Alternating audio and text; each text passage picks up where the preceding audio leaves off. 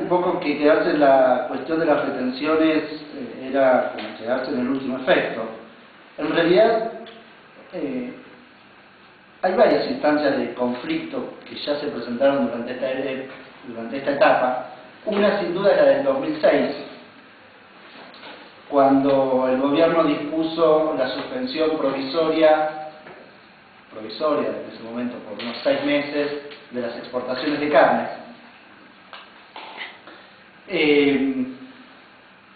Fíjense ellos que prácticamente se cumplían 2 años cuando salió la resolución desde aquella medida, ¿sí? Una medida que tenía en vista, me parece, un problema que era claro, que el precio de la carne en el mercado local estaba aumentando, y entonces se tomó una decisión bastante drástica, que era para solucionar el problema del incremento del precio de la carne, o suspender o en última instancia limitar o poner cupos a las exportaciones de carne. Lo que parece claro que no vio la luz durante esos 2 años era el necesario plan ganadero. Se habló, se dijo muchas cosas, pero en realidad no hubo una política explícita de desarrollo de la ganadería, que no necesariamente significa distribuir o redistribuir o eliminar los cupos o algo por el estilo. Me parece que en general, en este sentido, los productores, las entidades del agro siempre se mostraron muy renuentes a discutir sobre la base de las retenciones y sobre la base de los cupos. Me parece que eso es verdad, que en algún sentido limitó la posibilidad de avanzar en los otros aspectos. Lo cierto es que, digamos, en términos objetivos, no se avanzó en un plan para la ganadería, no se avanzó en forma más generalizada en un plan de desarrollo del sector agropecuario.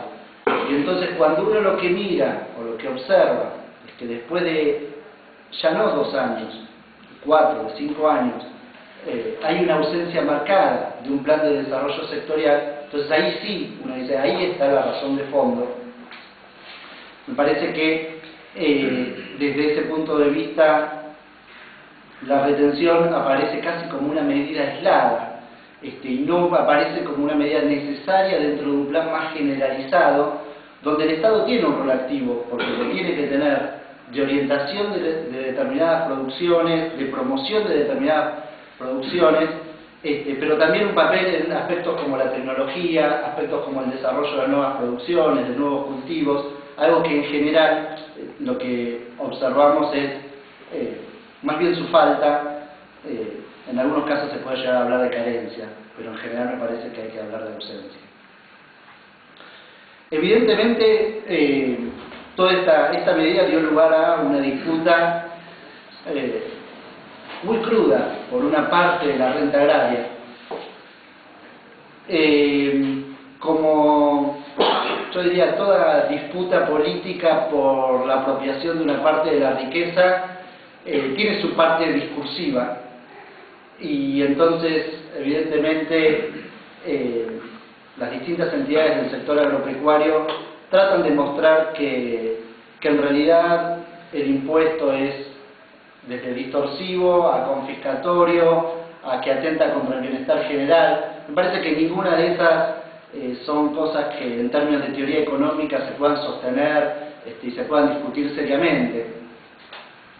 No sé, me parece que se habló tanto sobre esto que tampoco aportaría mucho que acá discutiéramos estrictamente eso, con lo cual me lo salteo de alguna manera.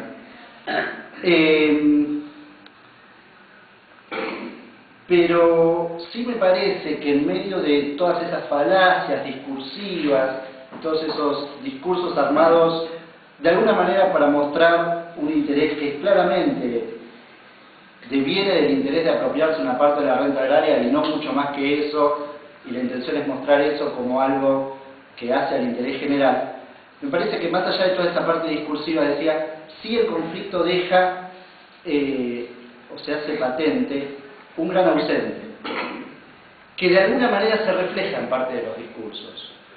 Si uno mira los discursos y el título de casi todos los medios, el conflicto parece que es entre el campo y el gobierno.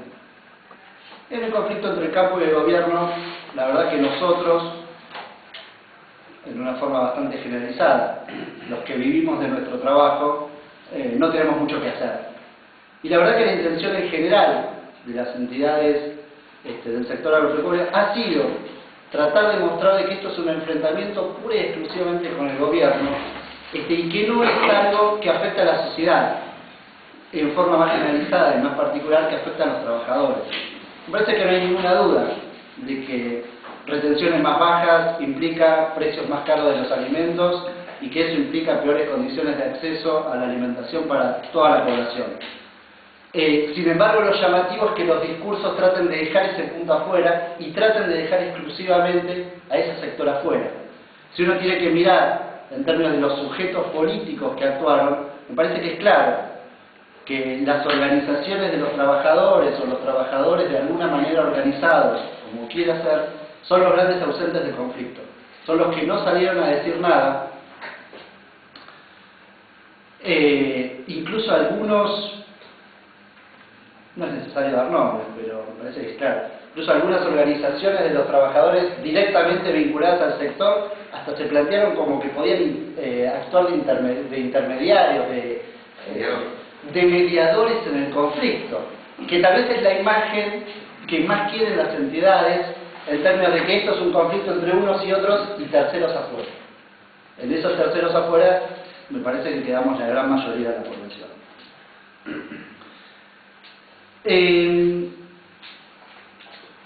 Evidentemente, y esto de alguna manera para hacer breve la presentación, las retenciones en un periodo donde el precio de los alimentos en los mercados mundiales están aumentando, evidentemente que modificar sus alícuotas al alza y hacerlas móviles de alguna manera es una herramienta antiinflacionaria. En ese sentido, también por eso, si se quiere, nosotros la vemos como una medida necesaria. Sin embargo, me parece que el debate sobre la política inflacionaria, si lo empezamos desde las retenciones, está un poco dado vuelta. Porque uno puede decir, bueno, sí, efectivamente las retenciones actúan como una herramienta antiinflacionaria. El debate más bien es cuáles son las herramientas antiinflacionarias que hay que tomar, incluso cuáles son las que tomaron y cuál es la efectividad de esas, y hasta dónde eso logra o no logra frenar el proceso inflacionario